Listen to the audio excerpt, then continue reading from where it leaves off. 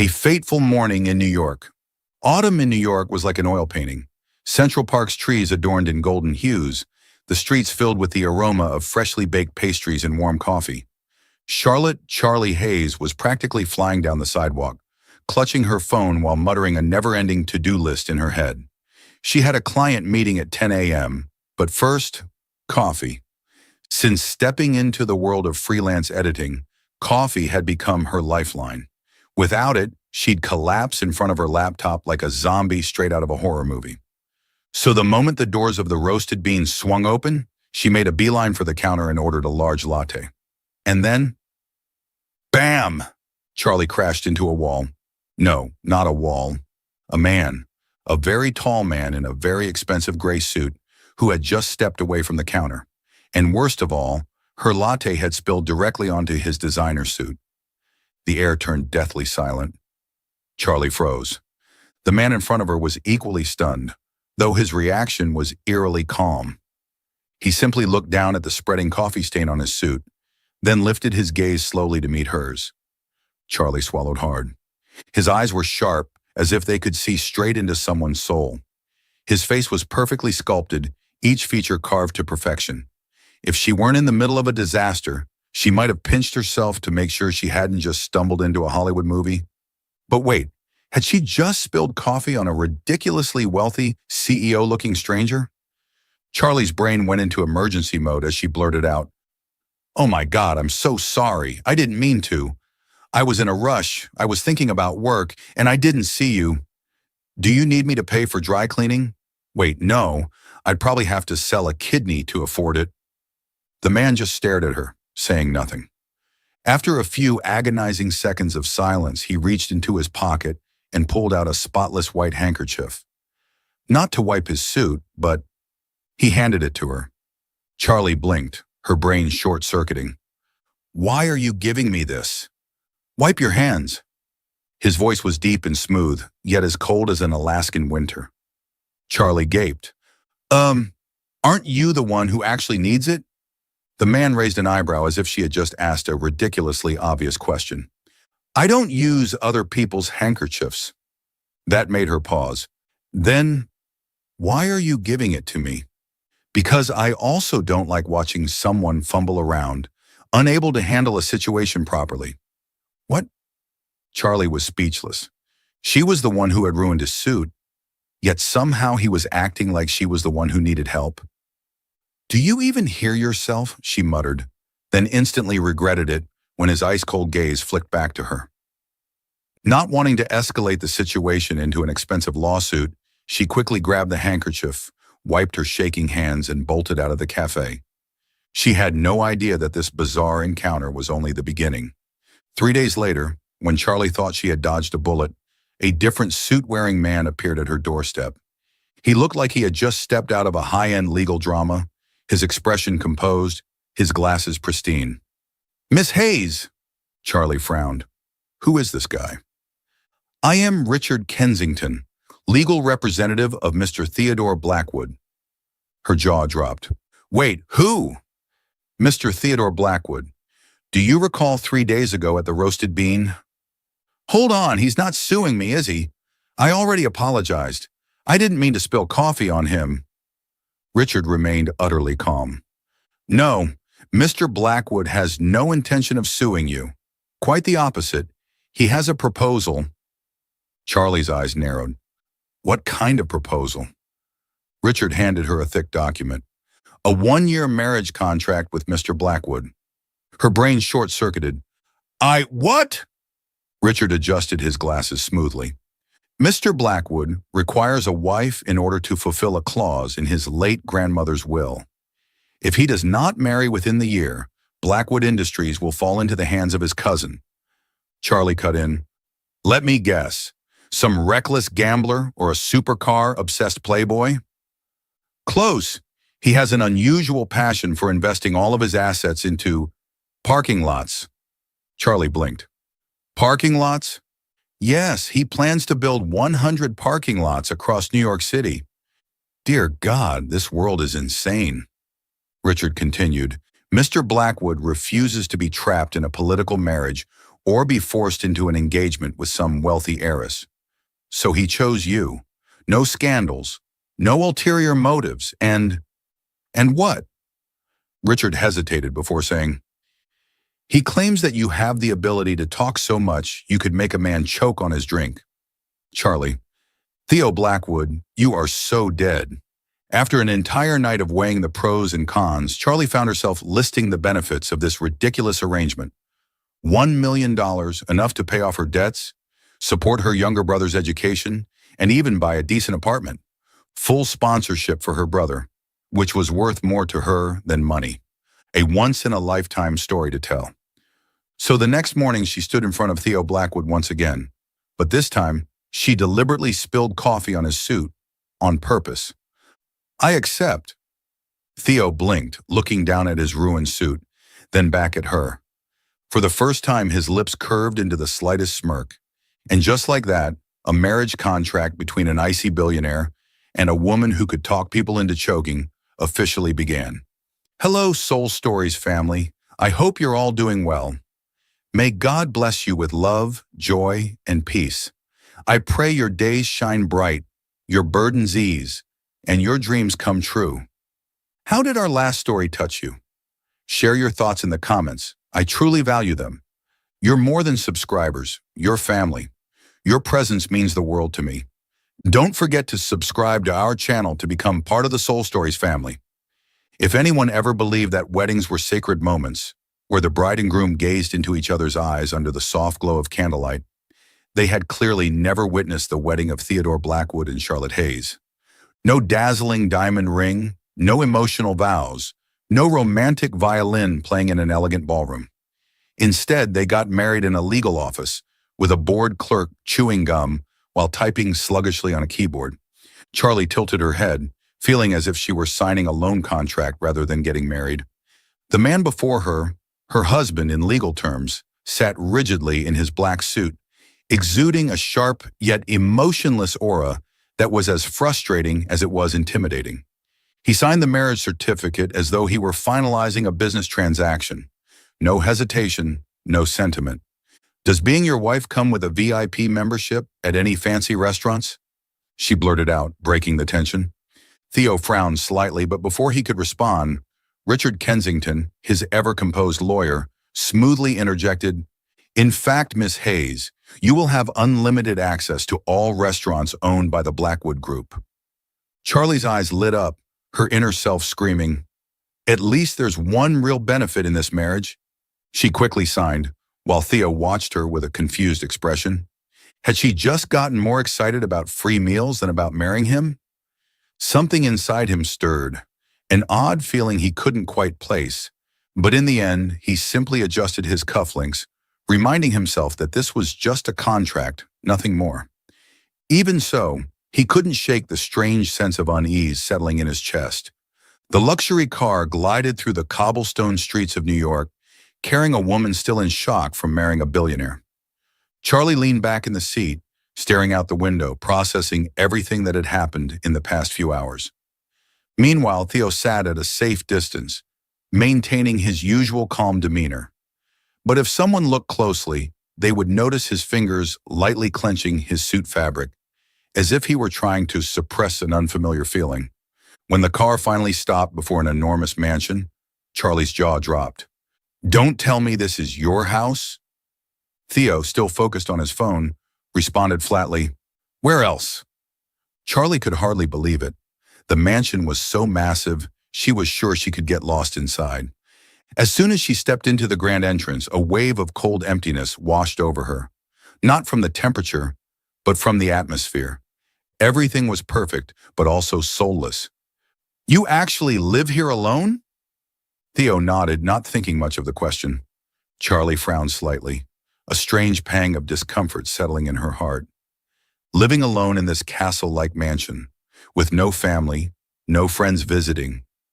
Suddenly, she felt a little sorry for him, but then she glanced at him again, still as emotionless as a statue, and quickly shook her head, reminding herself, don't get soft, Charlotte. This is a contract marriage, not a romantic fairy tale.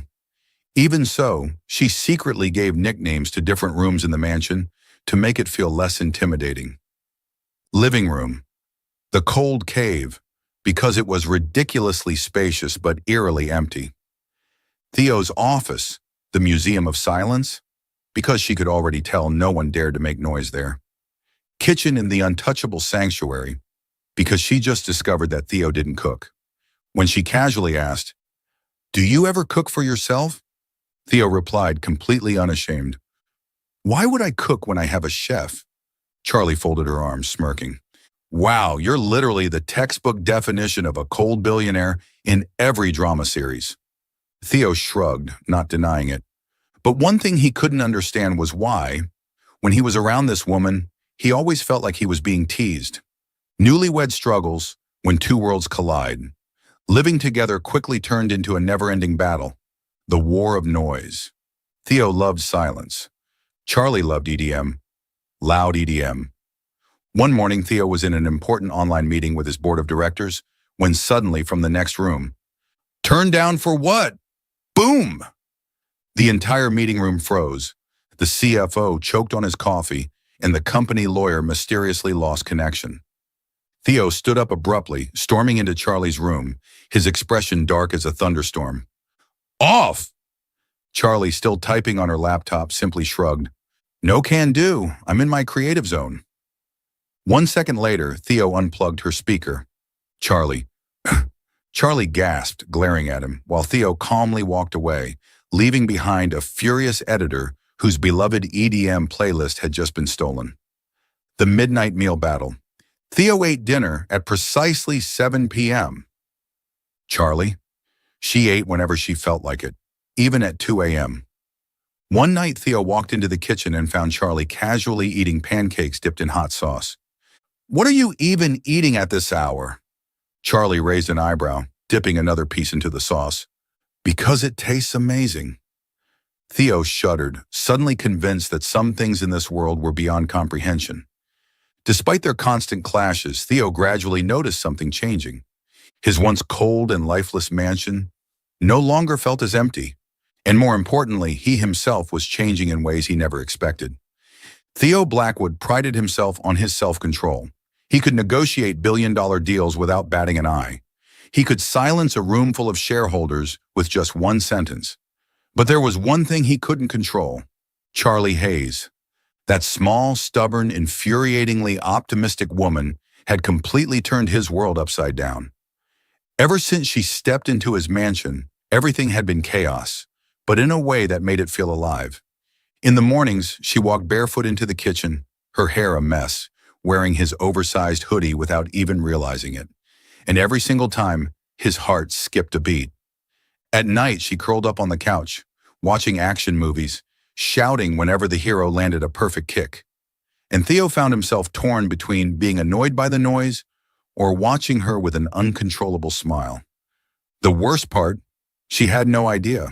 She had no idea that every touch, every mischievous smirk, every little frown of hers had become something he looked forward to every day. But Theo Blackwood was not the kind of man who lost control over a woman. At least that's what he thought. It was a peaceful Friday night, or at least it was, until Charlie decided to mess with him. They were watching a movie. Well, Charlie was watching, while Theo just happened to be sitting next to her, nursing a glass of wine. Halfway through, Charlie suddenly turned to him. "Want to bet?" Theo raised an eyebrow, shifting his gaze from the screen to her. "Bet on what?" "Whether the main character survives or not." Theo considered it seriously. "Dies. Lives. And what's at stake?" Charlie narrowed her eyes, grinning devilishly. "If I win, you have to play truth or dare with me." Theo immediately frowned. "That childish game." "What? Are you scared of losing?" There was no way Theo Blackwood would let a woman challenge his pride. He nodded in agreement, completely unaware that he was walking into a trap. And of course, Charlie won. She threw her hands in the air, celebrating, while Theo looked like he had just lost a major business deal. "I didn't expect it to end like that," Charlie shrugged. "That's what you get for underestimating my ability to predict storylines." Theo sighed in defeat, placing his wineglass on the table. "Fine. Rules?" Charlie's eyes sparkled with pure mischief. "Simple. You either answer honestly or take a dare. Theo gave her a cold, unreadable look. Do your worst. The truth that shook him. The game began. Charlie forced Theo to confess things he never thought he'd say, like how he hated eggplant, or how he once nearly cried as a kid when his grandmother scolded him unfairly. It was amusing until it was Charlie's turn. Truth or dare? Charlie grinned, thinking nothing of it. Truth. Theo tilted his head slightly, his gaze sharpening. Have you ever been in a serious relationship? The question was simple, but Charlie's reaction caught Theo completely off guard. She froze, she bit her lip, lowering her gaze. And after a moment of hesitation, she admitted softly, No. Theo thought he misheard. You mean never? Charlie's face turned red as she glared at him. Are you deaf? I just said it. Theo felt his fingers slip. His wine glass fell onto the carpet, shattering the silence between them. For the first time, the air felt different. Theo blinked a few times, trying to process what he had just heard. You're joking, right? Charlie crossed her arms, tilting her head at him in mock defiance. Is there a problem? Or does a woman need a long dating history to qualify for a contract marriage? Theo cleared his throat, looking away, because his mind was spinning. But the truth was, his heart was racing. From that moment on, Theo couldn't look at Charlie the same way.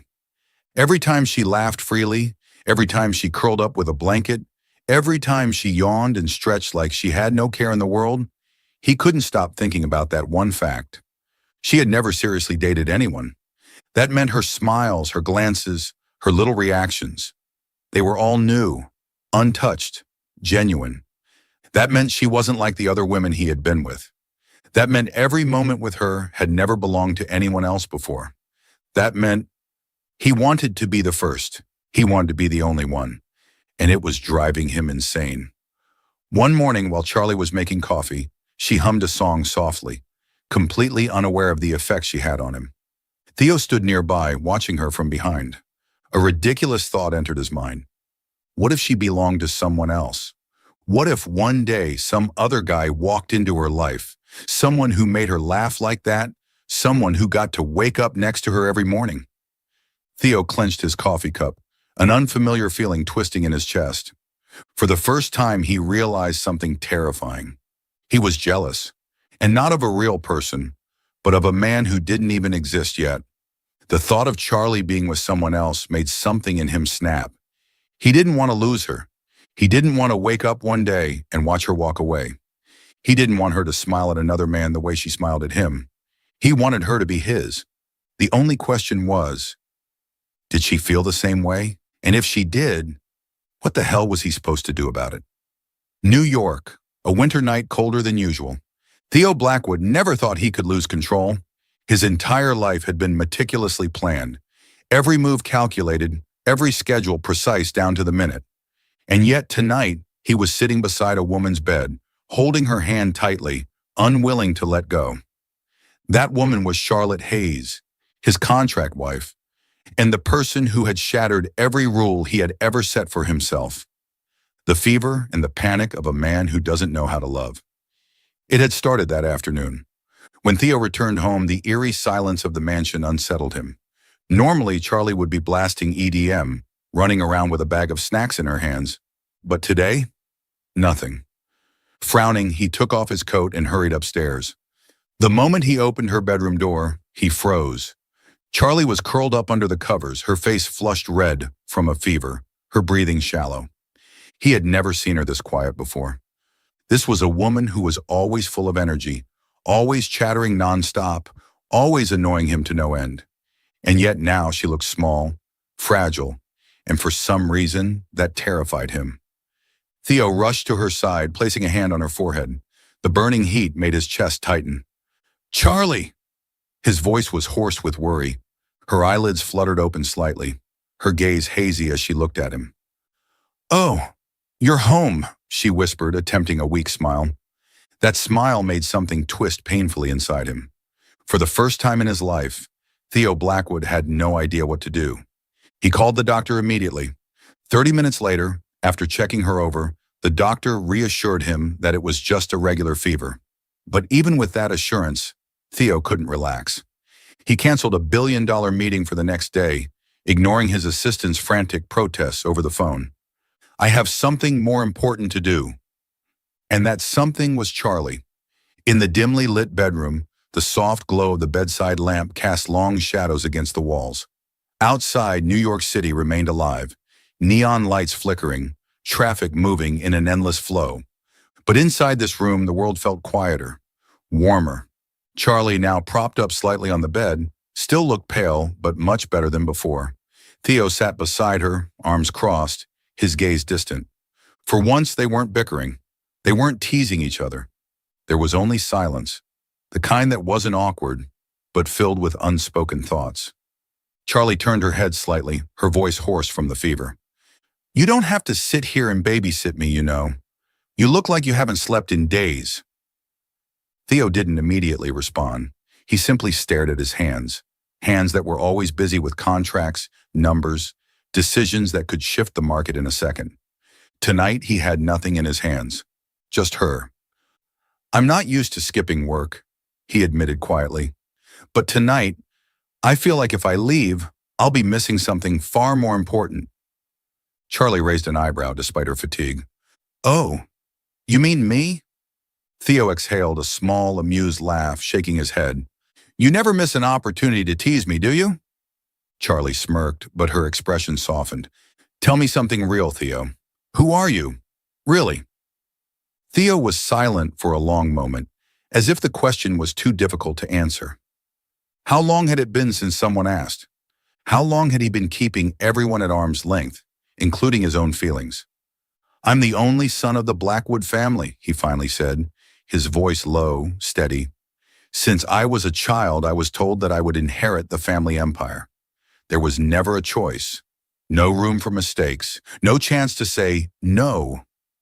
Charlie listened intently, not interrupting. I don't even remember the last time I was truly happy, Theo admitted with a hollow chuckle. My life is filled with board meetings, numbers, and contracts that, if handled wrong, could cost thousands of people their jobs. Everyone thinks I have everything: money, power, respect. But the one thing I don't have is freedom. Charlie inhaled sharply. She had always seen Theo as this untouchable, perfectly composed businessman, but now she realized he was just a man carrying a weight he never asked for. Then why not walk away, she asked softly. Theo shook his head. My grandmother. She built Blackwood Industries from the ground up. If I walk away, it's not just betraying her. It's betraying the thousands of people who rely on this company. Some things you can't just walk away from. Charlie understood. She understood more than anyone what it was like to be tied down by responsibility. She swallowed, then asked the question that had been on her mind for a while. Have you ever been in love? Theo smiled, but it was bittersweet. I thought I was.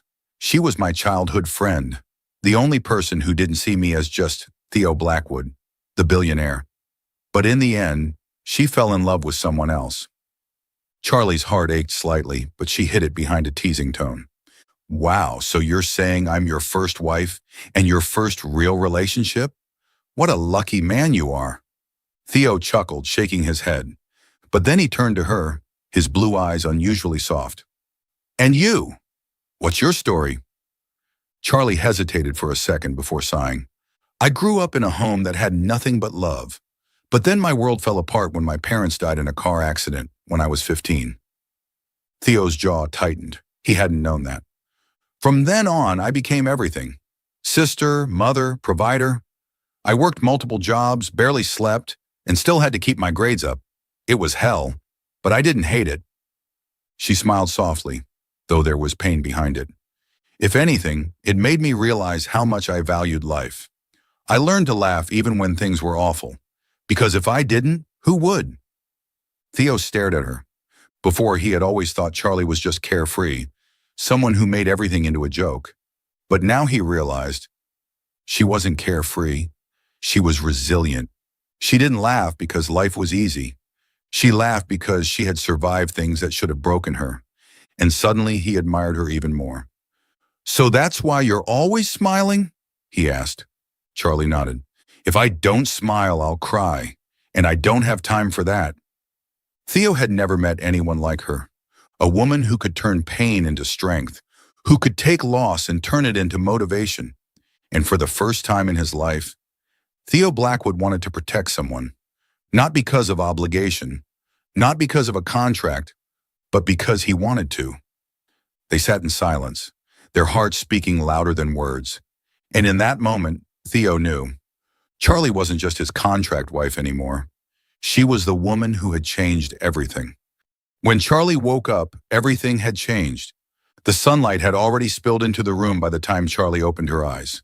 Her body felt lighter. The fever had subsided, and the exhaustion that had weighed her down the night before had mostly faded. But what truly stunned her wasn't the fact that she was feeling better. It was the man who had fallen asleep beside her bed, Theo Blackwood. The cold, distant CEO, the man who always seemed untouchable, was now completely vulnerable, his head resting on his arm, his posture utterly unguarded. And more than that, he was still holding her hand. Charlie's breath hitched. Why? Why would a man like him leave behind his entire empire just to stay here? Why did he worry enough to sit by her bedside all night? And most terrifying of all, why did she feel like crying over something so small?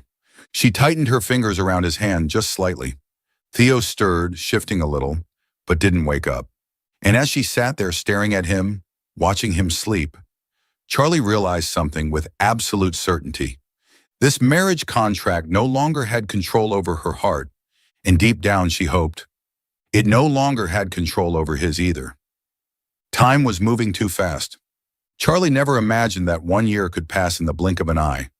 When she first signed the contract, she had convinced herself that this was nothing more than a business transaction. 1 year as Theo's wife, a generous sum of money, and then she'd leave. No emotional attachment, no regrets.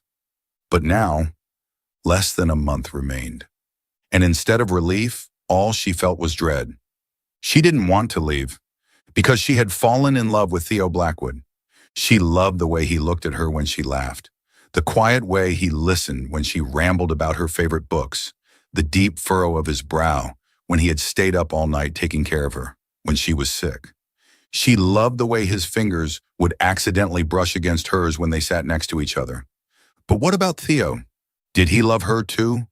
Or was this still just a contract to him? Charlie didn't dare ask, because she was terrified of the answer.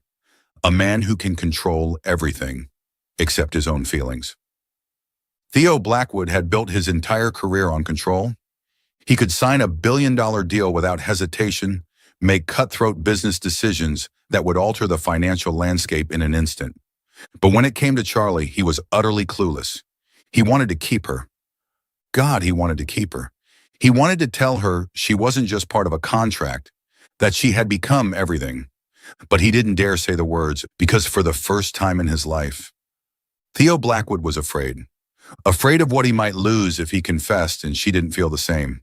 Afraid of breaking something fragile between them. Afraid that the moment he reached for her, she'd slip right through his fingers. And so, like the fool he never thought he could be, he kept his mouth shut. But deep down in the depths of his carefully guarded heart, he prayed she wouldn't leave. When the past comes knocking, while Charlie was lost in her hazy thoughts about the future, a new figure emerged, making things even more complicated. James Walker. James was a cardiothoracic surgeon, young, handsome, and effortlessly charming, the kind of man women fell for without a second thought. But the most important detail? James had liked Charlie since their university days. They had been classmates, but back then, Charlie had been too busy juggling jobs, taking care of her younger brother, and surviving day by day to pay attention to romance. Now, years later, James had returned, and this time, he wasn't hiding his feelings anymore. Have you ever thought about being with someone not because of a contract, but because of real love? James asked one evening as they sat across from each other in a quiet cafe. Charlie froze for a moment. Real love? She had thought about it, but her heart had long belonged to someone else. James held her gaze, his voice steady. Charlie, if you ever need someone to love you for real, I'm right here.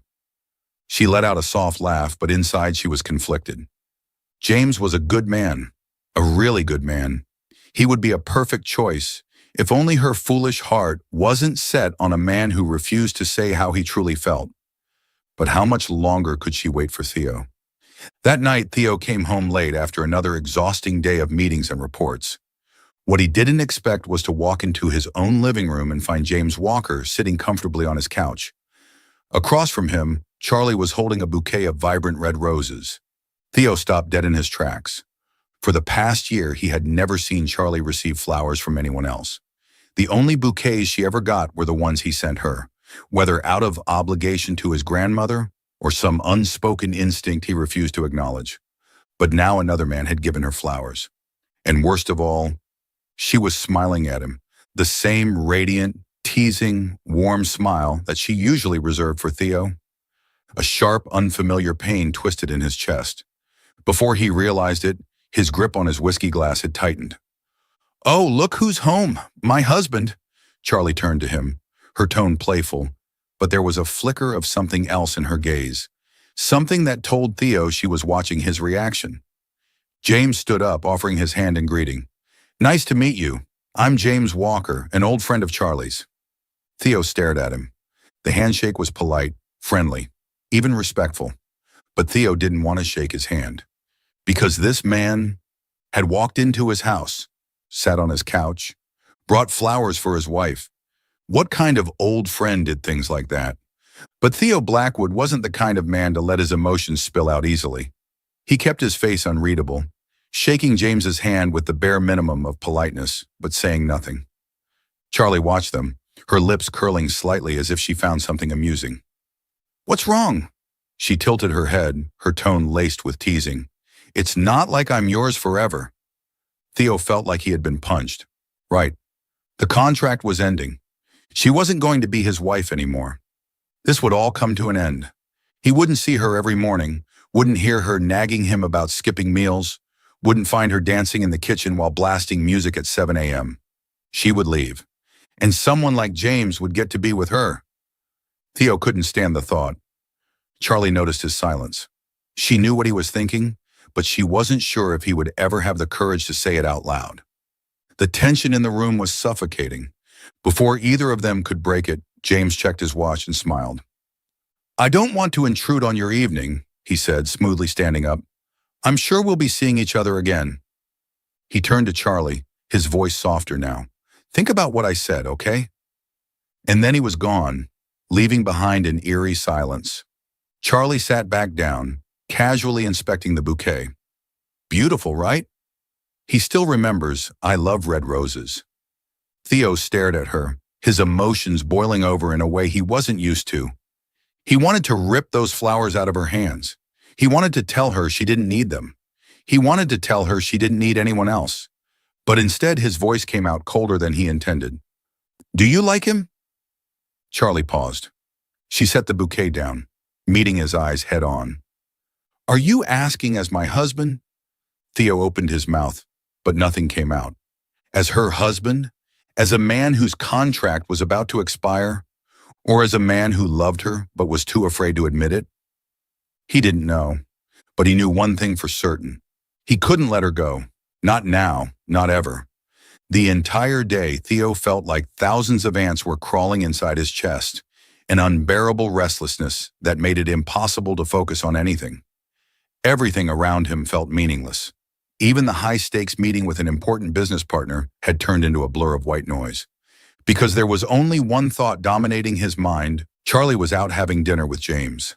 James, the perfect doctor, the charming, well-mannered, effortlessly attractive man. And most importantly, he didn't need a contract to have Charlie. The thought felt like a punch straight to Theo's chest. He had never considered the possibility of losing her. After all, there had always been a contract binding them together. But now, with less than a month left, the contract would expire, and she would walk away. She wouldn't live in the mansion anymore. She wouldn't randomly jump onto the couch whenever she saw a tiny spider or blast EDM at 2 in the morning. She wouldn't nag him about not getting enough sleep, overworking, or skipping meals. She wouldn't be his anymore. The thought froze his blood. A tight, suffocating feeling settled in his chest, as if someone was crushing his ribcage. All evening, Theo did nothing but wait. He wasn't the kind of man to lose his composure easily, but tonight, he couldn't control himself. He paced back and forth in the living room, like a caged animal, glancing at the clock every few minutes. 9 p.m.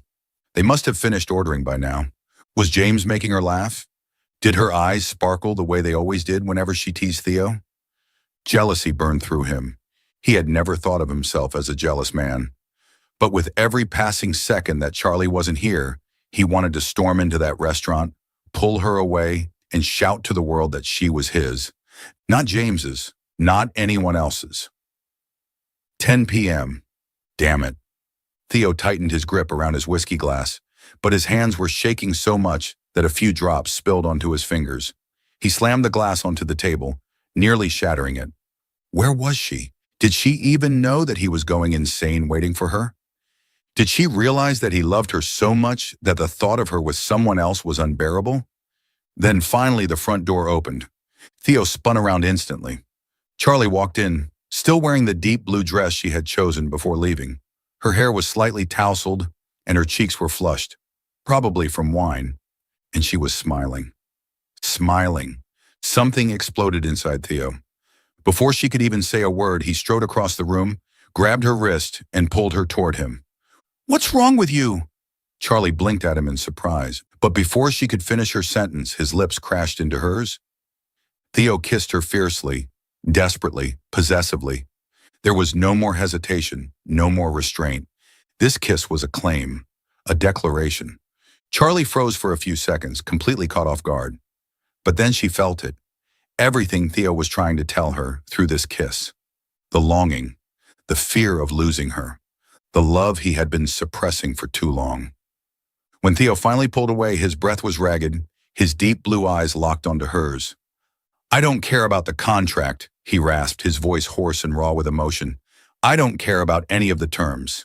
I only care about one thing. You. I love you, Charlie." Charlie froze. Everything she had ever wanted to hear, everything she had been waiting for, was right there in front of her, but she still couldn't believe it. "What did you say?" she whispered, her voice trembling. Theo tightened his grip on her hands, his gaze unwavering. "The contract may end," he said, his voice steadier this time. "But my love for you won't. Don't leave me, Charlie. Don't be with anyone else. Be my wife. Not because of a contract, but because you love me too." This time, Charlie's tears fell. "You idiot!" She laughed through her tears. "I've loved you for so long." And then she threw herself into his arms. Their next kiss was different. No longer desperate, no longer a battle for control. This time it was pure, deep, and full of understanding. Theo scooped her up into his arms, carrying her effortlessly toward their bedroom. That night, for the first time, Charlie knew what it felt like to be truly loved. And for the first time, Theo realized that love was never meant to be bound by a contract. The next day, Theo canceled the contract, but not to say goodbye. He did it to create a new commitment, one with no expiration date. 2 months later, under the golden sun on a breathtaking beach, Theo knelt before Charlie, a sparkling ring in his hand. "I once thought I would spend my entire life alone," he said, his voice steady but filled with emotion. "But you changed everything. Charlie, will you marry me, not because of a contract, but because of real love?" Charlie laughed through her tears. "Yes, you idiot, I will." They had a real wedding, surrounded by family and friends. No more contracts, no more terms, no more expiration dates, only love. 6 months after their wedding, on an early morning, Charlie walked toward Theo, holding a small white stick in her hand. "Theo," she called softly. He looked up from his newspaper, his expression instantly filled with concern. "I have news." She smiled, tears shimmering in her eyes. "I'm pregnant." Theo stared at her. For a full 3 seconds, as if his brain had completely shut down. Then suddenly he scooped her up, spun her around and laughed. Loud, joyous, utterly free. "Are you serious?" "Dead serious." Charlie waved the pregnancy test with 2 bold pink lines in front of him, like a victory flag. Theo was still frozen, his mouth slightly open, as if his billionaire brain was trying to process the information in the most logical way possible. "You're going to be a dad," she smirked, playfully wiggling the test in front of him. Theo finally snapped out of it. He stepped forward, cupped her face in his hands, and looked into her eyes, his deep gaze overflowing with emotions. "Are you sure?" he asked, his voice barely above a whisper. Charlie raised an eyebrow. "Where do you think I got these 2 pink lines from? A lottery ticket?" Theo chuckled before pulling her into the tightest embrace, holding her as if she might disappear if he let go. "I can't believe it. I'm going to be a father. My God, I'm really going to be a father." Charlie gazed up at him, her lips curving into a mischievous smile. "That's right. And you know what that means." Theo stepped back slightly, narrowing his eyes in suspicion. "What do you mean?" Charlie crossed her arms, feigning seriousness. "Do you remember the terms in our contract?" Theo blinked. "What?" She sighed dramatically before speaking slowly and deliberately. "The clause that says when the contract ends, you owe me $1 million? Theo frowned. "Charlie, we're actually married now. That contract isn't valid anymore." Charlie placed a hand on her belly, her eyes twinkling. "Well, I'm carrying your child, which means I'm kind of extending the contract in a way, right? An unfulfilled obligation, an outstanding debt." Theo stared at her. Then suddenly he laughed. He shook his head. "Are you serious?" Charlie pouted. $1 million. That could buy me a lifetime supply of ice cream to satisfy my cravings?" Theo chuckled, wrapping his arms around her from behind and whispering into her ear. "Charlie, you know I'll pay you in another way." She blinked. "And what way is that?" Theo placed his hand gently over her belly, his voice deep and tender. "By loving you and our child for the rest of my life." Charlie froze for a moment. Then she laughed, but this time her eyes glistened with more emotion than ever before. "Fine, I guess I'll accept this payment method." Years later, on the same beach where Theo had proposed, 2 little boys ran along the shoreline, their laughter mixing with the sound of crashing waves. The older one had Charlie's warm brown eyes, but Theo's serious expression. The younger one had Theo's jet black hair, but Charlie's radiant smile. They were arguing over a tiny crab, both determined to claim victory. Charlie stood at a distance, watching them with a soft, contented smile. Theo stepped behind her, wrapping his arms around her waist and whispering in her ear, "You know, I never actually paid you that $1 million. Charlie leaned into him, grinning. "It's okay. I think I've already made enough interest." They stood there by the ocean, watching their sons play under the golden sunset. No contracts, no clauses, no expiration dates, only love. And this time, when Charlie wrote a small note and tucked it into a gift box for Theo, it wasn't a marriage contract. It was just a simple sentence: "Our love has no expiration date." Thank you for following our story. Did this story touch your heart? Leave a comment below. If you enjoyed the story, don't forget to like, share, and subscribe to our channel. Chapter 1. A Cruel Fate. The afternoon sunlight slowly faded, casting a golden hue over the old rooftops of the village, where Isabella Carter had been born and raised. The narrow cobbled streets, the lush green fields stretching toward the horizon. Everything was as beautiful as the childhood memories she once cherished. But today, Isabella had no heart to appreciate that beauty. She stood at the threshold of her life, where a single step forward would lead her into an entirely unfamiliar world, cold, ruthless, and without an escape. Her father, Thomas Carter, a frail man with deep lines etched into his face from a lifetime of hardship, sat silently in the worn-out chair of their modest wooden cottage.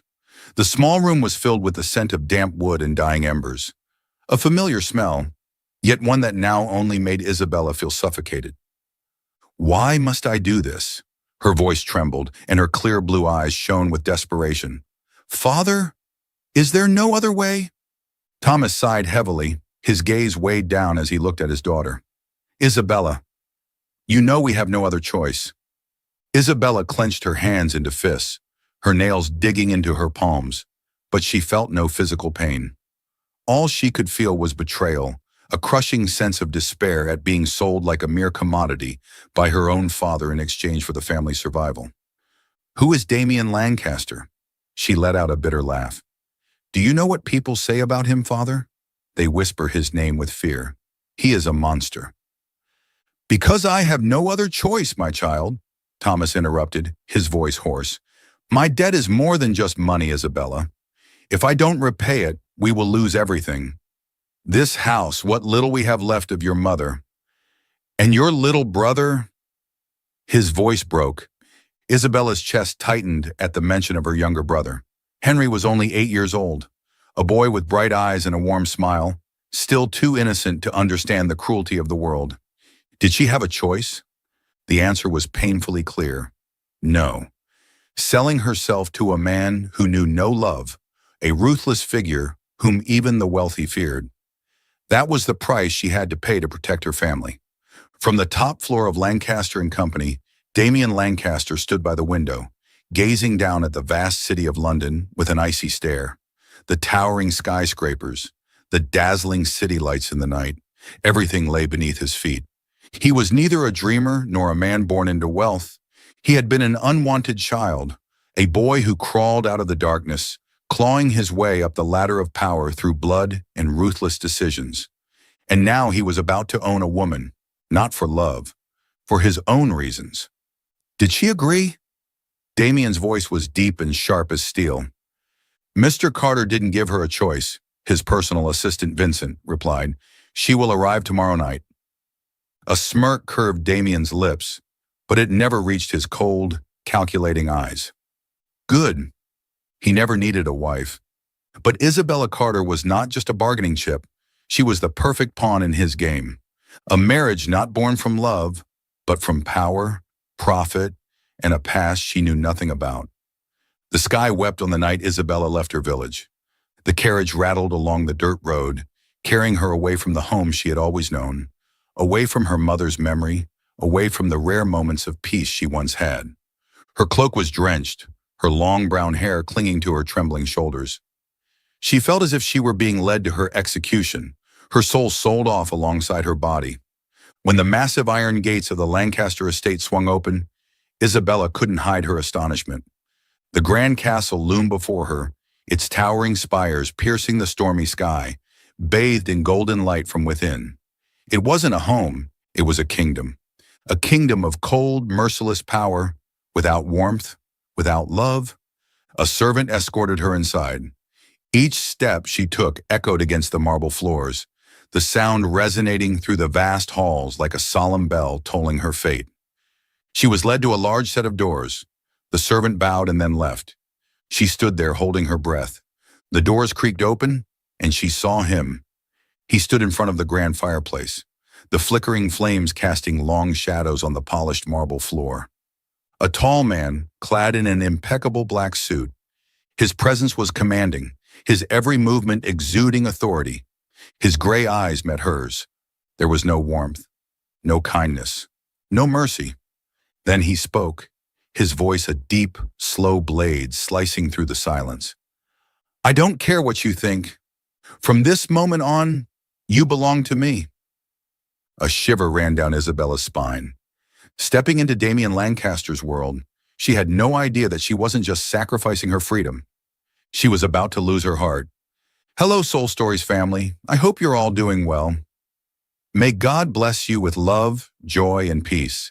I pray your days shine bright, your burdens ease, and your dreams come true. How did our last story touch you? Share your thoughts in the comments. I truly value them. You're more than subscribers, you're family. Your presence means the world to me. Don't forget to subscribe to our channel to become part of the Soul Stories family. Chapter 2. The Arranged Marriage. The carriage rolled along the endless cobblestone streets, carrying Isabella Carter toward the moment that would forever change her life. A loveless marriage. Her heart pounded wildly, each beat a warning bell that she was plunging into an abyss of uncertainty. Outside the window, St. James Church loomed tall, its soaring dome and vibrant stained glass windows glowing under the golden hues of the setting sun. Noble guests, dressed in elegant attire, gathered at the entrance, chatting and smiling, as if this were a joyous occasion. But for Isabella, this was nothing short of a trial, where she was about to surrender her entire life to a man she barely knew. She barely remembered stepping out of the carriage. All she knew was that the moment the door opened, her father, Thomas Carter, took her hand and squeezed it gently. "Isabella, be strong," he murmured, though she could hear the tremble in his voice. Be strong? How could she be strong when she knew her life was no longer her own? The veil draped over her face concealed her silent tears. As the music began to play, Isabella bit her lip, forcing herself to take one slow step after another toward the man waiting at the end of the aisle. He stood there, tall, powerful. Clad in a perfectly tailored black suit, Damien Lancaster watched her with those stormy gray eyes, void of emotion, void of warmth, void of anything human. No excitement, no anticipation, no tenderness. Her throat tightened. The priest's voice echoed through the grand cathedral, reciting the vows that would bind two strangers together. The crowd remained silent, watching a man and a woman who did not love each other prepare to unite their lives. Then came the moment of commitment. Damien's voice rang deep and sharp, like a blade slicing through the heavy air. "I, Damien Lancaster, take you, Isabella Carter, to be my lawful wife from this day forward, for better or for worse, in sickness and in health, in wealth or in poverty." His words were firm, but there was no warmth. The priest turned to Isabella. She felt an invisible noose tightening around her neck. She wanted to scream, to run, to refuse. But her father's anxious gaze bore into her. Her little brother, Henry, sat in the back pew, blissfully unaware of the sacrifice she was making. She could not let them lose everything. Taking a shaky breath, Isabella forced the words out. "I, Isabella Carter, take you, Damien Lancaster, to be my lawful husband." Damien's grip tightened around her hand as he slid the ring onto her finger, a cold reminder of the chains now binding her. Applause filled the church, but there was no smile, no gentle embrace, only a hollow kiss pressed against her forehead. There was no love, only possession. The rain poured as their carriage rode toward Lancaster Manor. Raindrops drummed against the roof, mirroring Isabella's sinking heart. The moment she laid eyes on the monstrous estate, she felt her stomach clench. Perched atop a cliff, the manor loomed over the raging sea, battered by the violent waves. It was not a home, it was a fortress, a prison. The towering gray stone walls, covered in ivy and decay, stretched endlessly. Ancient turrets clawed at the darkened sky, casting long, haunting shadows. She had stepped into a world that did not belong to her. Inside, dim candlelight flickered against endless marble walls, casting eerie reflections of ancient oil paintings. The air smelled of aged wood, old books, and the sharp sting of salt from the sea. Damien said nothing as they entered the grand foyer. He simply gestured to the servants before turning to her. "Follow me." She obeyed in silence, climbing the vast spiral staircase toward an unknown fate. When they reached a large stone-walled chamber, Isabella's breath caught. A canopy bed, draped in white silk, stood at the center. A small fireplace crackled faintly, offering the only warmth in the freezing room. Damien removed his coat and tossed it over a chair before finally speaking. "You are still a virgin, aren't you?" Isabella flinched at his bluntness. Her cheeks burned, and she clutched the fabric of her dress as if it could shield her from his piercing gaze. Her voice was barely a whisper. "Yes." A smirk curled on his lips, but there was no amusement in his eyes, only a strange, unreadable glint. "At least you're not a used commodity." Her nails dug into her palms. He didn't have to say it like that. Stepping closer, his gaze scanned her once more, as if appraising a possession rather than a person. "This marriage is nothing more than a transaction," Damien stated coldly. "You are my wife on paper, but never mistake this for anything else." She swallowed hard. "I understand." His voice remained as sharp as steel. "There are rules you will follow." She remained silent, but a deep unease stirred in her stomach. "First, you will not interfere in my business." Her jaw tightened. Second, you will perform your duties as the Lady of Lancaster when in public. I do not need your love, but I will not have my wife disgrace me. Her fists clenched. Third, Damien stepped so close that his breath ghosted over her skin. You will never set foot past the western wing of the manor. Isabella frowned. What's there? His gaze darkened. Do not ask questions you do not want the answers to. A chill ran down her spine. Without another word, he turned away. Sleep. I will not touch you. Her heart skipped a beat. You don't want to? Her voice was hesitant, uncertain. Damien stilled for a brief moment, but he did not turn to face her. This marriage is a transaction, Isabella, not love. And with that, he left the room. Isabella sat on the edge of the bed, her hands clutching the sheets. Her wedding night had ended not with passion, not with affection, but with silence in an empty room. Tears slid down her cheeks as reality crashed over her. She was Damien Lancaster's wife, but she had never felt more alone. Chapter 3. A New Life and Its Secrets. The next morning, Isabella woke up in a vast but empty room. The white canopy bed enveloped her in its soft silk, and the fireplace still crackled faintly. Yet none of it could bring warmth to the cold, hollow space. She slowly pulled back the heavy blanket, a shiver running down her spine as her bare feet touched the icy stone floor. In the dim morning light, she took in the grandeur of the room, the intricately carved walls, the antique gold-frame mirror beside the vanity, and the heavy velvet drapes cascading from the towering ceiling. Everything was lavish, but it held no trace of life. Throwing on a robe, Isabella stepped out into the corridors of Lancaster Manor. The long, endless hallways stretched before her, lit only by the faint glow of oil lamps. Shadows flickered across the portraits lining the walls, their painted gazes watching her in eerie silence. She paused before a particularly large painting, an older gentleman in a stately black suit, his expression severe, his eyes cold. That is Edgar Lancaster, Lord Damien's grandfather. The sudden voice made Isabella turn sharply. Standing behind her was Mrs. Reynolds, the manor's longtime housekeeper. Her face was unreadable. The Lancaster family has always immortalized its members through portraits, Mrs. Reynolds continued, but one painting was taken down. Isabella frowned. Why? The older woman hesitated before replying, her voice lower this time. Some things are best forgotten, my lady. And just like that, Isabella realized, secrets were buried deep within this house. As she wandered further through the mansion, Isabella came across an old wooden door, distinctively aged compared to the rest of the manor. Her eyes widened when she saw a single name carved into its surface. Eleanor! A chill ran down her spine. Who was Eleanor? Her curiosity piqued, she reached for the doorknob. It was locked. Leaning in, she pressed her ear against the door. Nothing, just a deep, oppressive silence. She had an overwhelming feeling. Whatever was behind this door was being hidden on purpose. My lady, you should not be here. The hushed voice made Isabella whirl around. A young maid, barely 18, stood behind her, her expression filled with fear. Why not? Isabella asked, keeping her voice steady. The girl hesitated, swallowing nervously.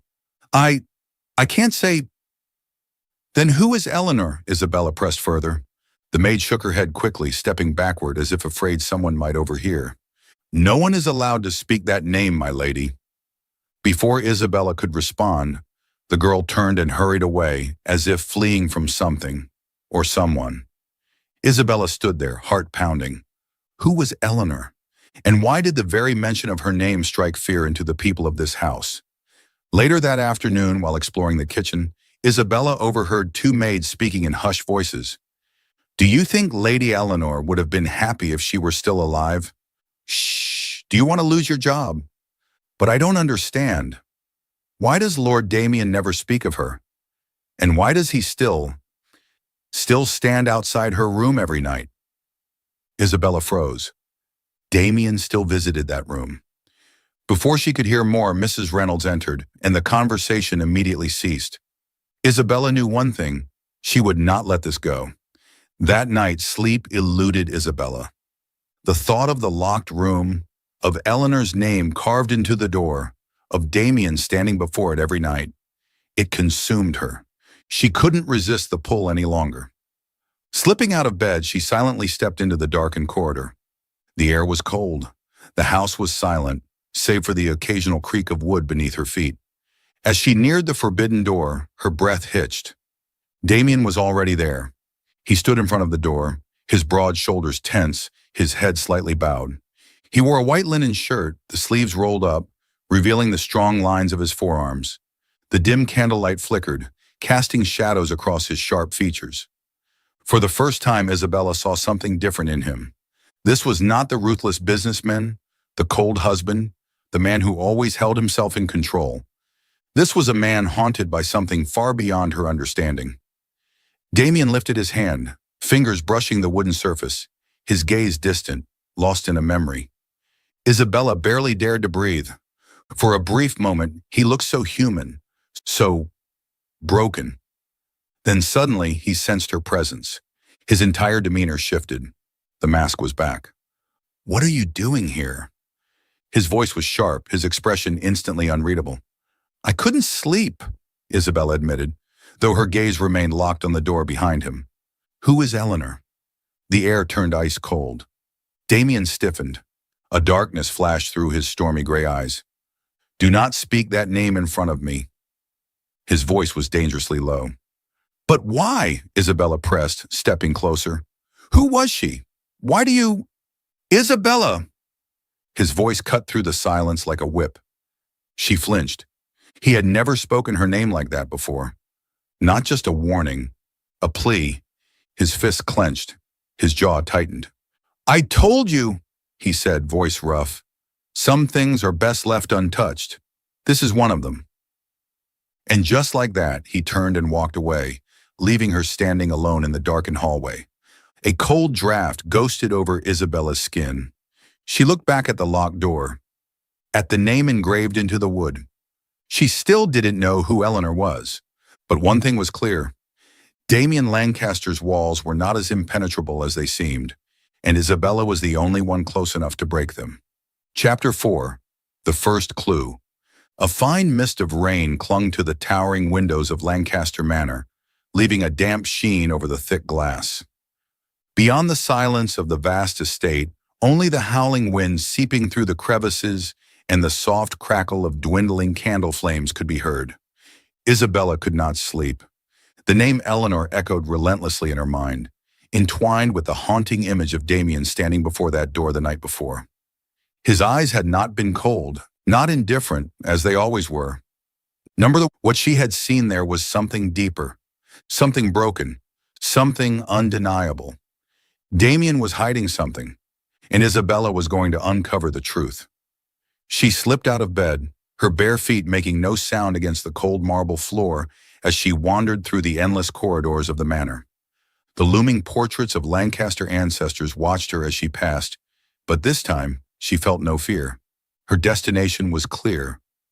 The library, Lancaster Manor's library, was larger than she had expected. Towering shelves lined the vast space, filled with leather-bound tomes aged by time. Ornate armchairs were positioned in secluded corners, perfect for long hours of reading. A large mahogany desk sat at the center, and to Isabella's surprise, an oil lamp still flickered faintly upon it. Someone had been here. Recently. She ran her fingers lightly across the dusty spines of books until something caught her eye. A book slightly out of place, as if hastily returned. She pulled it out. It was not a book. It was a journal. Aged brown leather, corners frayed from time, and written on the very first page. Eleanor Lancaster. Isabella's pulse quickened. This was it. This was what she had been searching for. She hurried to an armchair, flipping open the fragile pages beneath the soft golden glow of the oil lamp. The handwriting was delicate but bold, each stroke filled with quiet defiance. "They think I am blind, that I am merely a foolish girl, ignorant of the world's cruelty. But I know the truth. I have seen what they do. I have seen the children taken, vanishing under the guise of charity." Isabella's breath caught in her throat. This organization is not a charity. They do not save orphans. They sell them. She turned the pages rapidly, scanning the inked words for more. I have found evidence, documents, records hidden under false names. If I can bring this to light, I can stop them. Then suddenly the writing changed. I think they know I'm on to them. A carriage followed me today. A stranger loitered outside Lancaster Manor. If anything happens to me, Damien will know what to do. And then the pages went blank. Isabella's fingers tightened around the fragile book. Eleanor had not disappeared. She had been silenced. This was why her room was locked. This was why no one spoke of her. And this was why Damien stood before her door at night. Haunted, regretful, ashamed, just as she turned another page. A low, dangerous voice cut through the silence behind her. The confrontation. What are you doing, Isabella? She startled violently, heart slamming against her ribs. Damien stood in the doorway, towering, shadowed, watching her. Dressed in a half-unbuttoned black shirt, his sleeves rolled up to reveal the strong lines of his forearms. But what held her frozen was his gaze, a storm raging within his silver-gray eyes, fury, warning, pain. Isabella clutched the journal tightly. I found it. Her voice was steady. Damien stepped forward, swift and deliberate. With one powerful motion, he ripped the journal from her hands. You shouldn't have read this. His voice was low, rough, dangerous. But it's the truth, isn't it? Isabella challenged, meeting his eyes.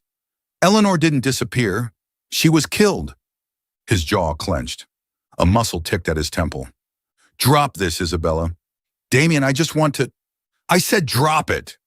Isabella flinched at the sudden force in his voice. Her nails bit into her palms. Why won't you tell me the truth? She demanded. Why does this house fear her name? Damien stilled. His grip tightened on the journal. Something flashed across his face. A hesitation. A moment of weakness. But then he turned away. Go back to your room, Isabella. She didn't move. You can't keep running from this. This time, when Damien turned back to her, his eyes were a storm of raw fury and something darker. This is the last time I will warn you. His voice was lethal. You may be my wife in name, but do not mistake that for a right to interfere in matters beyond your comprehension. Isabella's throat tightened. She opened her mouth to argue, but the look in his eyes stopped her. She had never seen him like this before. Not just angry, but afraid. With one final glance, Damien turned, gripping the journal, and disappeared into the shadows of the manor. The unshakable truth. Isabella sat motionless, heart racing. She was no fool. Damien wasn't protecting himself. He was protecting her. But from what? One thing was certain. Eleanor Lancaster had discovered the truth, and the price of truth was death. Chapter 5. Secrets Unveiled. Rain continued to lash against the Lancaster estate like whips striking the dark, somber night. In the biting cold, Isabella remained awake. She sat on her bed, eyes tracing the intricate patterns on the ceiling, but her mind was consumed by unanswered questions. Eleanor Lancaster. The girl hadn't simply disappeared, as people claimed. Eleanor had uncovered a shocking secret, a human trafficking ring disguised as a charity organization, and it seemed she had paid the price for pursuing the truth. Damien knew. He had buried this secret for years, letting it fester in the shadows of Lancaster Manor. But why? Isabella couldn't accept this silence. She had reached the precipice of the truth, and she wasn't going to stop now. Isabella knew Damien never left room for mistakes. He controlled everything, every detail of the estate within his grasp. But even the most cautious men had moments of carelessness. Tonight was one of them. She waited until Damien left the estate at midnight. No one knew where he went, but that didn't matter. What mattered was that his office was now unguarded. Isabella stepped into the vast room, the dim glow of an oil lamp casting restless shadows on the walls. The room smelled of leather, mahogany, and something cold, just like its owner. Her fingers brushed across the desk, where neatly stacked documents rested in perfect order. Nothing suspicious. She quickly moved to the drawers. The first one was locked. Her fingers curled into a fist. That only confirmed there was something important inside. She searched the room for a key, and then inside a small wooden box on the bookshelf, she found it, a small silver key, heavy in her palm. Taking a deep breath, she inserted it into the lock and turned. Click. The drawer slid open. Inside lay an old file, its pages yellowed with time. Isabella pulled it out and placed it on the desk, her eyes scanning the contents. List of adopted children, Ashford and Lancaster Charity Fund. Her heart pounded. She flipped through the pages. Each name had a date, an address, but some had been crossed out or faded beyond recognition. And then she found a familiar name, circled in red ink. Eleanor Lancaster. A chill ran down Isabella's spine. She kept turning the pages until she found an old letter, sealed with red wax, bearing the Ashford family crest. Her hands trembled as she opened it. Damien, she's going too far. If she continues, you know what will happen. I can't protect you forever. Margaret. Fury surged through Isabella's chest. Margaret Ashford. The name had been whispered in hushed rumors before. A powerful businesswoman, the mastermind behind multiple charity foundations, but also a suspected figure in numerous mysterious disappearances. Eleanor had found the truth, and Margaret had made her disappear. Isabella barely had time to process it when a cold, low voice echoed behind her. Damien, the wrath in the dark. What the hell do you think you're doing, Isabella? His voice sliced through the air like a blade. She spun around. Damien stood there, his expression as dark as the storm outside. His gray eyes gleamed with a dangerous edge. The file in her trembling hands was impossible to hide now. I found the truth, Isabella said, her voice steady but wavering at the edges. Damien strode toward her, and before she could react, he ripped the file from her grasp. You have no right to touch this, he growled, his jaw clenched. But this is about Eleanor, Isabella burst out. She was murdered, and you know it. Damien said nothing, but his grip tightened on the file, knuckles turning white. Margaret Ashford ordered her execution, didn't she? Isabella pushed, her voice rising. And you let it happen? Shut up! His voice thundered like a storm. She flinched but refused to back down. What are you hiding, Damien? Why are you protecting the people who killed your own sister? Damien slammed the file onto the desk, his eyes ablaze with fury and something else. Pain. You don't understand anything, he roared. You think this is simple? You think uncovering a few sheets of paper will change the past?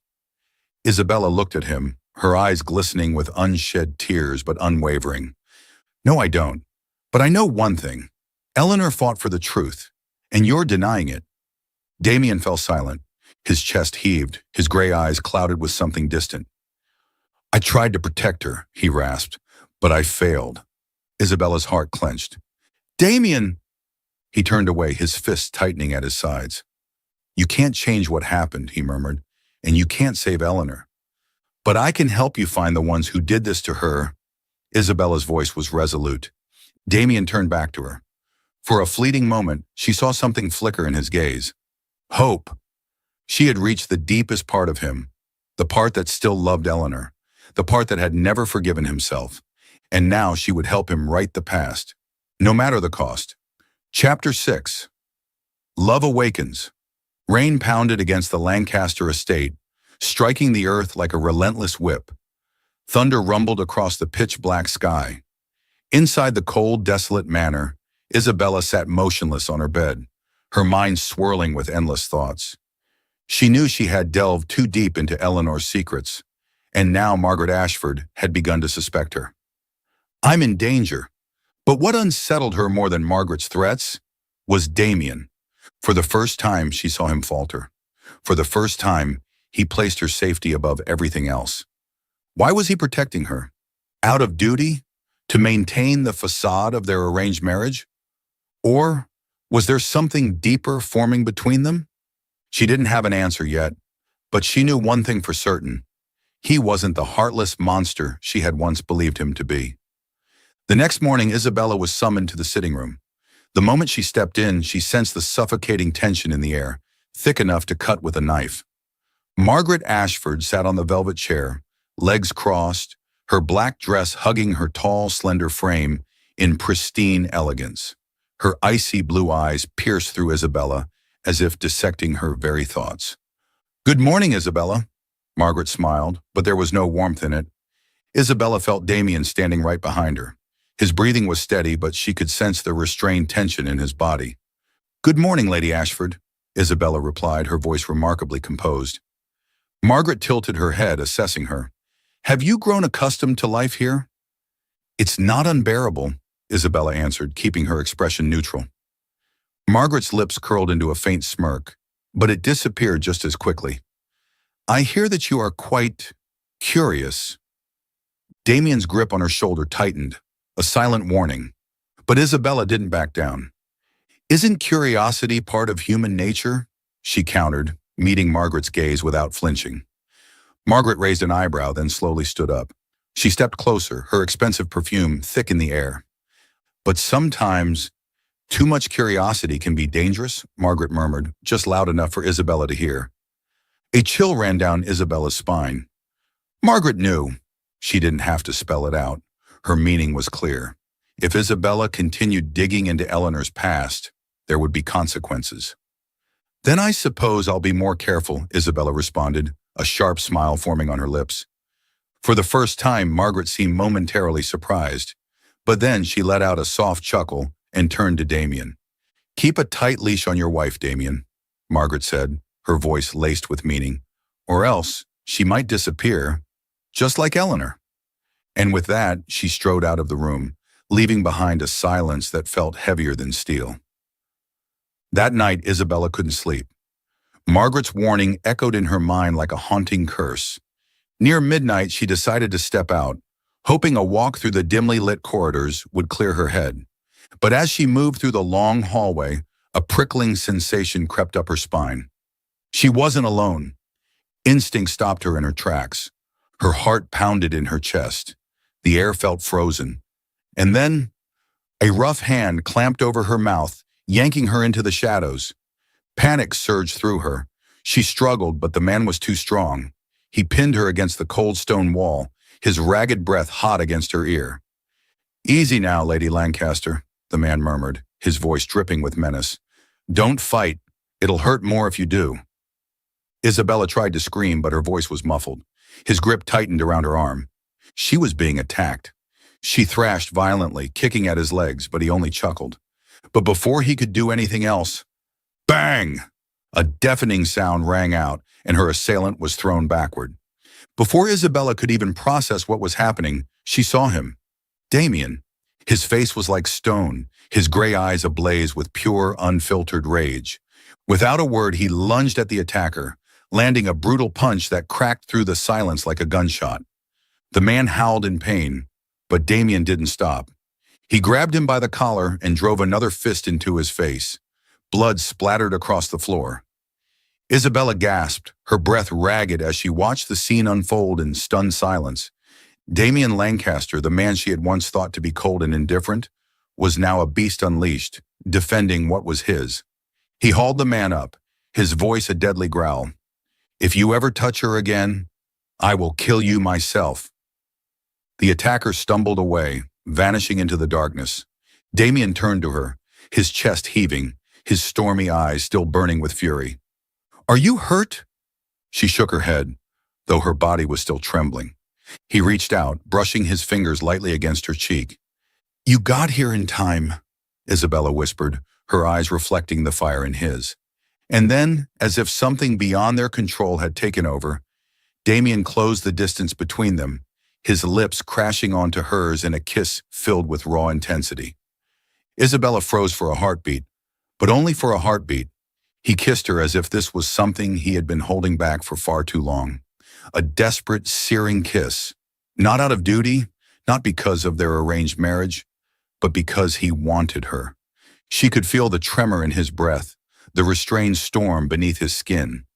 And her heart pounded so hard she thought it might break. When Damien finally pulled away, his gaze was dark and unreadable. "I shouldn't have done that," he murmured, his voice hoarse. Isabella looked at him, realizing something they had both tried to deny. "You're not a monster, Damien," she said, her voice steady. "You just don't want anyone to know that. You still have a heart." Damien didn't answer. But for the first time, he didn't turn away.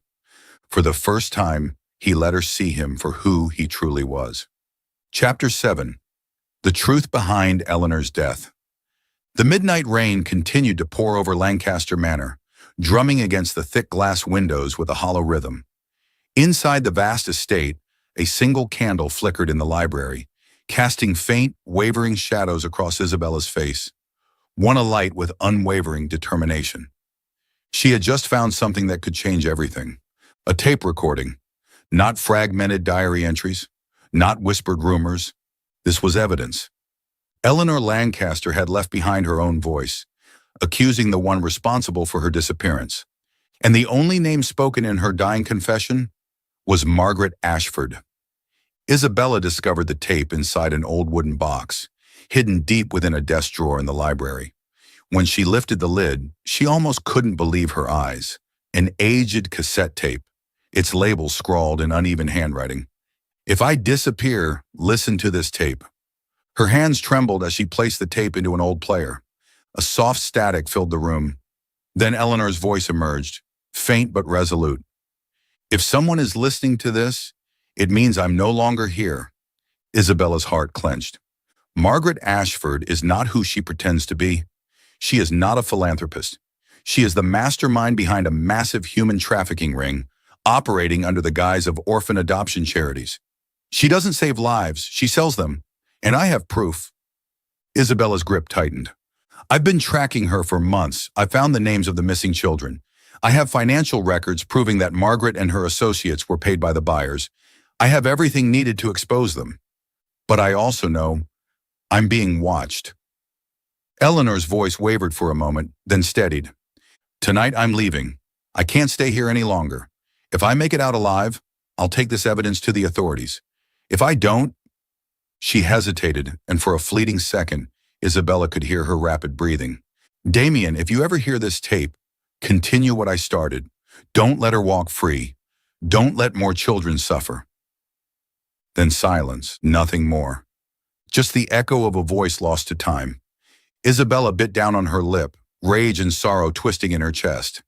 Eleanor had everything she needed to bring Margaret down. She had been ready to fight. So why had she still vanished? There was only one answer. Margaret had struck first, and Damien had known this all along. The rain pounded harder against the windows, icy droplets streaking down the glass like silent tears. Outside, the wind howled like a mourning requiem from the past, but none of it compared to the storm raging within Isabella. She stared at the cassette in her hands, her heart heavy. This was Eleanor's final plea. A girl who had risked everything for justice. A girl silenced because she dared to stand against power. She clenched her fists, her mind consumed by one burning question. Why didn't Damien do anything? He had the truth. He knew Margaret was responsible. So why had he let it be buried in the dark? Isabella inhaled sharply. She needed answers. And this time, she wouldn't leave until Damien told her everything. Her footsteps echoed against the marble floors as she strode down the long corridor. The library door stood ajar, and inside Damien stood motionless, gazing out at the storm through towering windows. She didn't hesitate. Why is Margaret still free? Damien didn't turn. Isabella, you don't understand what you're getting yourself into. No, Damien. Her voice was firm. You're the one who doesn't understand. I listened to Eleanor's tape. She had the evidence. She was ready to expose everything, and she died for it. But you did nothing. Slowly, Damien turned to face her, his eyes dark and unreadable. Do you really think it's that simple? Isabella threw the tape onto the desk. There is proof. There is truth. You have power, status. So why didn't you fight? Her words cut through the silence like a blade. Damien held her gaze for a long moment. Then he let out a dry, humorless laugh. You think a single tape is enough to bring Margaret down?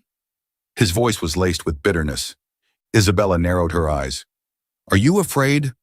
Are you so scared of her that you won't even try? In an instant, he was in front of her, his stormy gaze burning with restrained fury. Do you know what I've been doing all these years? His voice was low, dangerous. Do you know how many times I've tried to take her down? Isabella froze. Damien continued, his tone laced with unspoken anguish. Right after Eleanor's death, I launched a war. I had evidence, witnesses. I believed I could destroy Margaret, that justice would prevail. He paused, his hands clenched into fists. But one by one, my witnesses disappeared. The documents I gathered, destroyed. The officers I trusted, bought. I went to government officials, to people in power. Do you know what they told me? He let out a bitter laugh, but his eyes held only defeat. Damien, you're playing a game you cannot win. A shiver ran down Isabella's spine. I watched as those who stood against Margaret were crushed. Their businesses collapsed overnight. Their families suffered accidents. Some were never seen again. He locked eyes with her, his voice raw. I wasn't afraid of her, but I knew that if I kept pushing, I wouldn't just lose Eleanor. I'd lose everything she fought for. Isabella's breath hitched. Damien wasn't a coward. He hadn't ignored the truth. He had fought, and he had lost. But he was still here, still standing. And now, he was protecting her. For a long moment, Isabella said nothing. Then she took a deep breath. So, are you just going to let her win? Her voice was quiet but sharp. Damien didn't answer right away. He turned back to the window, as if searching for something in the rain-soaked night. I don't know, he admitted, his voice barely above a whisper. I don't know how to beat her. But I do. She stepped closer, her fingers grazing his hand. Damien tensed but didn't pull away. Margaret thinks she silenced Eleanor, Isabella said, her voice unwavering. But she was wrong, because I'm still here, and so are you. We can finish what Eleanor started. He turned to her then, something shifting in his gaze. For the first time, there was a flicker of light in his storm-dark eyes. He shook his head, as if unable to believe her resolve. You don't understand, Isabella. Once you start this, there's no turning back. She smiled, a defiant, fearless smile. Then make sure I don't walk this path alone. Damien stared at her, seeing in her the same fire that had once burned in Eleanor. Strong, stubborn, unyielding. And for the first time in years, he didn't feel alone anymore. He took a deep breath, then nodded. All right, he said, his voice steady. Let's bring Margaret down. No more hesitation, no more fear. This time they wouldn't lose. Isabella clenched her fist, determination blazing in her heart. Eleanor's justice would be served, no matter the cost. Chapter 8. The plan to bring down Margaret. We can't rely on Eleanor's tape alone. Damien's voice was calm but sharp as a blade, his gray eyes calculating every possibility. We need stronger evidence. Financial records, lists of victims, the documents she's kept hidden all these years. Isabella nodded. She knew he was right. But how do we get them? Margaret's estate is heavily guarded. No one gets in or out without clearance. Damien clenched his fists. We need a legitimate way in. And you're the key. She frowned. What do you mean? Margaret is careful, but there's one thing she never refuses: money. If you approach her as a potential investor, she won't suspect a thing. Isabella stiffened. You want me to get close to her? Just long enough for me to break into her office and retrieve the evidence. She inhaled deeply. It was a reckless plan, but it was their only chance. Lifting her chin, she met his gaze with unwavering resolve. All right, let's do it. 2 days later, Isabella arrived at an exclusive high society event hosted by none other than Margaret Ashford. She wore a deep red silk gown, her hair styled into an elegant updo, perfectly embodying the persona of a wealthy businesswoman interested in Margaret's so-called charity work. Margaret didn't suspect a thing. She led Isabella into a private room to discuss a potential investment. Meanwhile, Damien had slipped into the estate through a hidden passage. He moved swiftly through the hallways, making his way toward Margaret's office.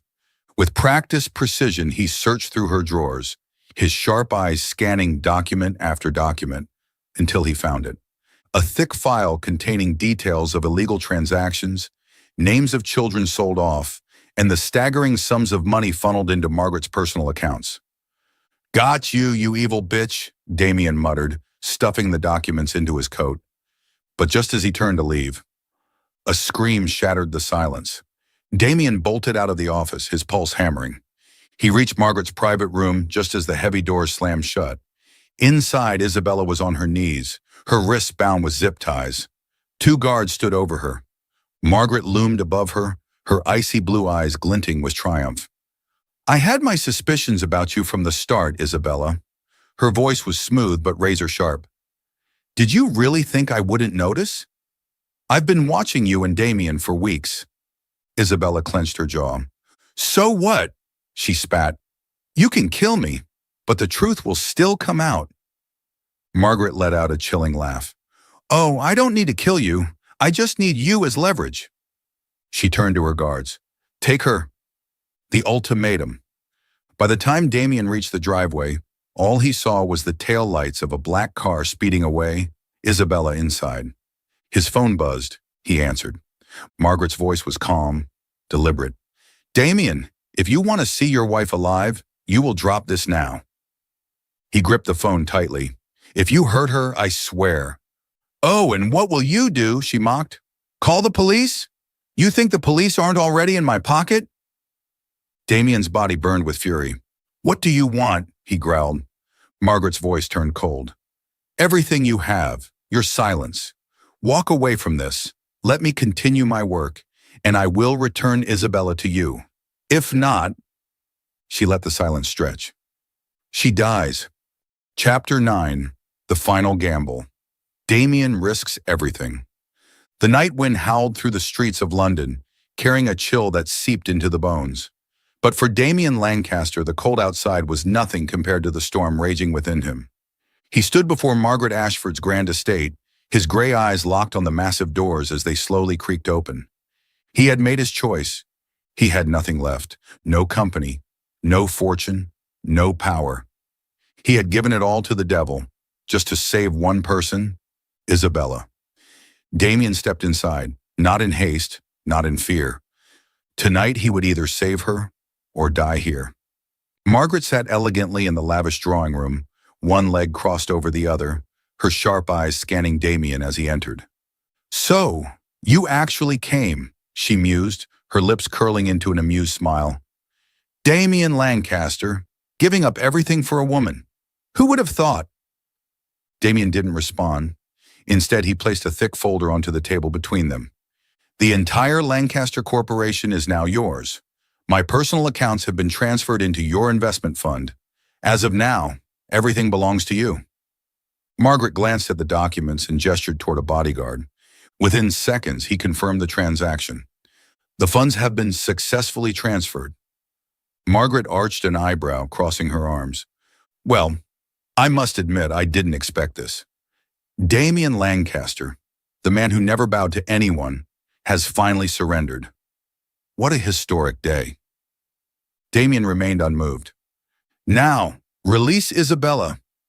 Margaret took a slow sip of her wine, feigning amusement. "Do you really think I'll let her go just because I have your wealth?" She leaned forward, her voice lowering to a snake-like whisper. "You forget who I am, Damien." His fists clenched, but his voice remained steady. I know exactly who you are. A liar who never keeps her word." Margaret's smile faltered slightly.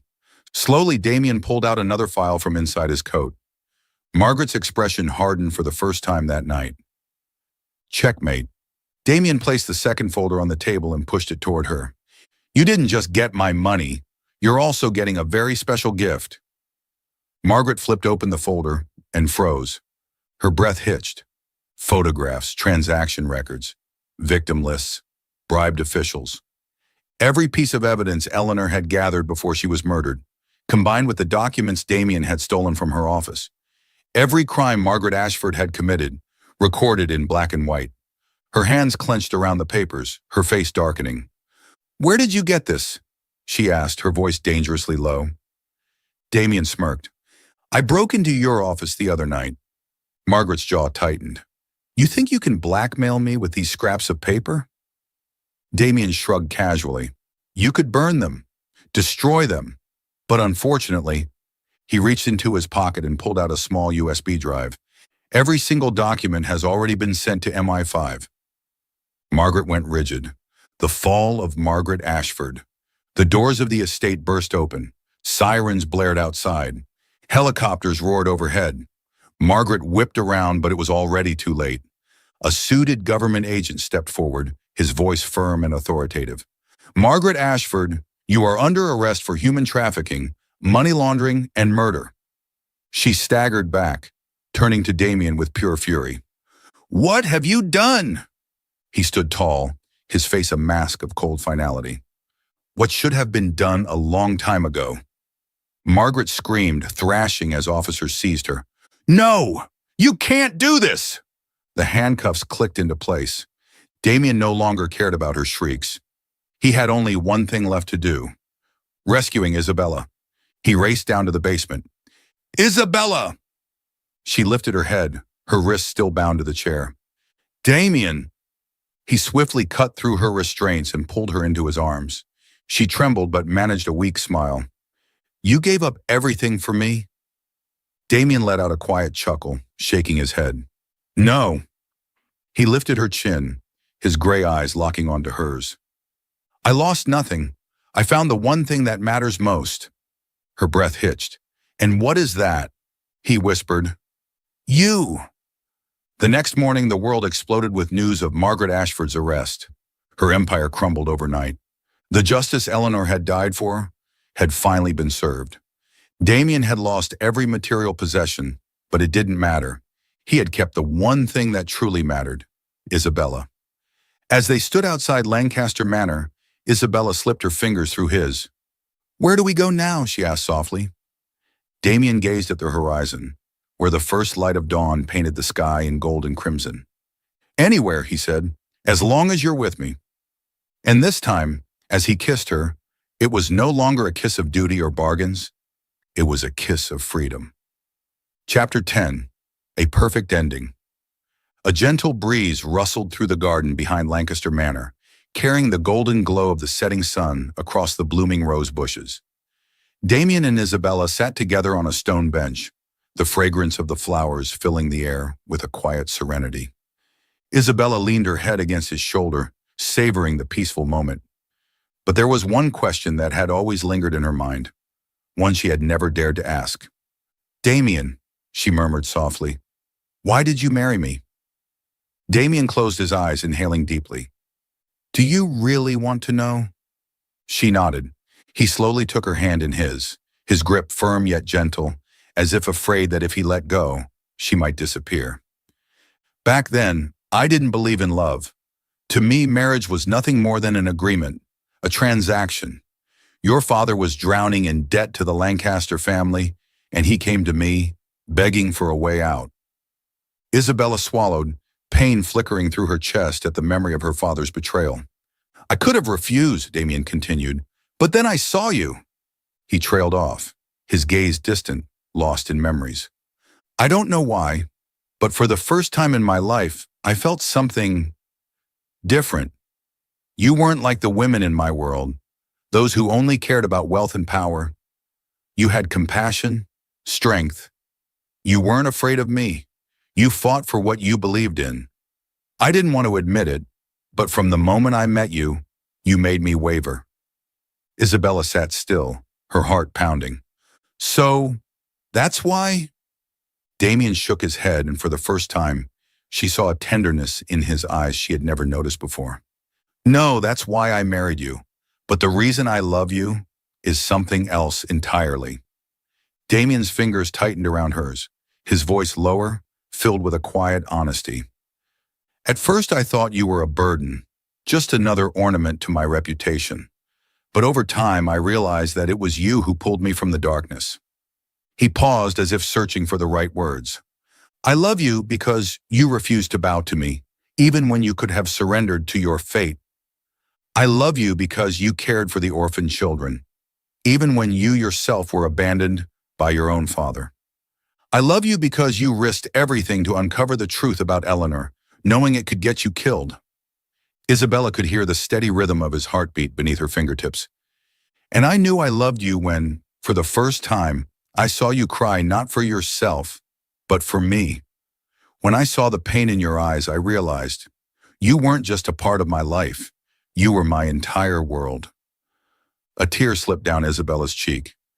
She had always thought of Damien Lancaster as a cold, ruthless man. But at this moment, as he looked at her with nothing but love, she knew she had been wrong. Damien, she whispered, voice trembling, I love you too. He smiled softly, pressing a kiss to her forehead. I know, and I'll spend the rest of my life proving that you were right to love me. After Margaret's downfall, Damien didn't just rebuild his life. He changed it. Lancaster Manor was transformed into a charity home for orphans, offering sanctuary to children who had once been victims of human trafficking. Standing beside Damien, Isabella helped distribute gifts to the children. Eleanor would be proud, she whispered. Damien nodded, his gaze distant but filled with quiet determination. She would be happy knowing her fight wasn't in vain. Isabella squeezed his hand. And I'll stand beside you, continuing her mission. Damien turned to her, a rare smile playing at his lips. And I'll stand beside you, always. 2 years later. That spring, Lancaster Manor was no longer a place of loneliness and sorrow. It was filled with light, laughter, and the soft cries of newborns. Isabella sat on the grass, cradling 2 infants in her arms, a baby boy and a baby girl. Damien knelt beside her, his gaze filled with nothing but love. What should we name them? Isabella asked, smiling. He reached out, gently brushing a strand of hair from her face before looking down at their children. The girl will be Eleanor, he murmured, his voice thick with emotion, to honor the sister I lost. Tears welled in Isabella's eyes. And the boy? She asked. Damien thought for a moment before his lips curved into a smile. Joseph, he whispered, because you once told me you liked that name. Isabella chuckled. Did I? He kissed the top of her head. Yes, and because I wanted him to carry a name that his mother loved. She gazed at him, overwhelmed with happiness. Damien, do you know what makes me happiest? He tilted his head. What? She looked down at their children, then back at him. That we're no longer alone. His grip on her hand tightened, his voice barely a whisper. Number, from now on, we never will be. That evening, as the sun dipped below the horizon, Damien and Isabella stood at the steps of Lancaster Manor, their children in their arms. A gentle breeze carried the scent of blooming roses through the air. Damien wrapped an arm around Isabella, gazing at the vast sky ahead. Where do we go from here? Isabella murmured. A soft smile touched his lips as he whispered, Nowhere, because we've already found our home. Lancaster Manor, once a place of sorrow, was now a sanctuary of love and hope. And as they walked forward, hand in hand, they knew they would never let go. Thank you for following our story. Did this story touch your heart? Leave a comment below. If you enjoyed the story, don't forget to like, share, and subscribe to our channel.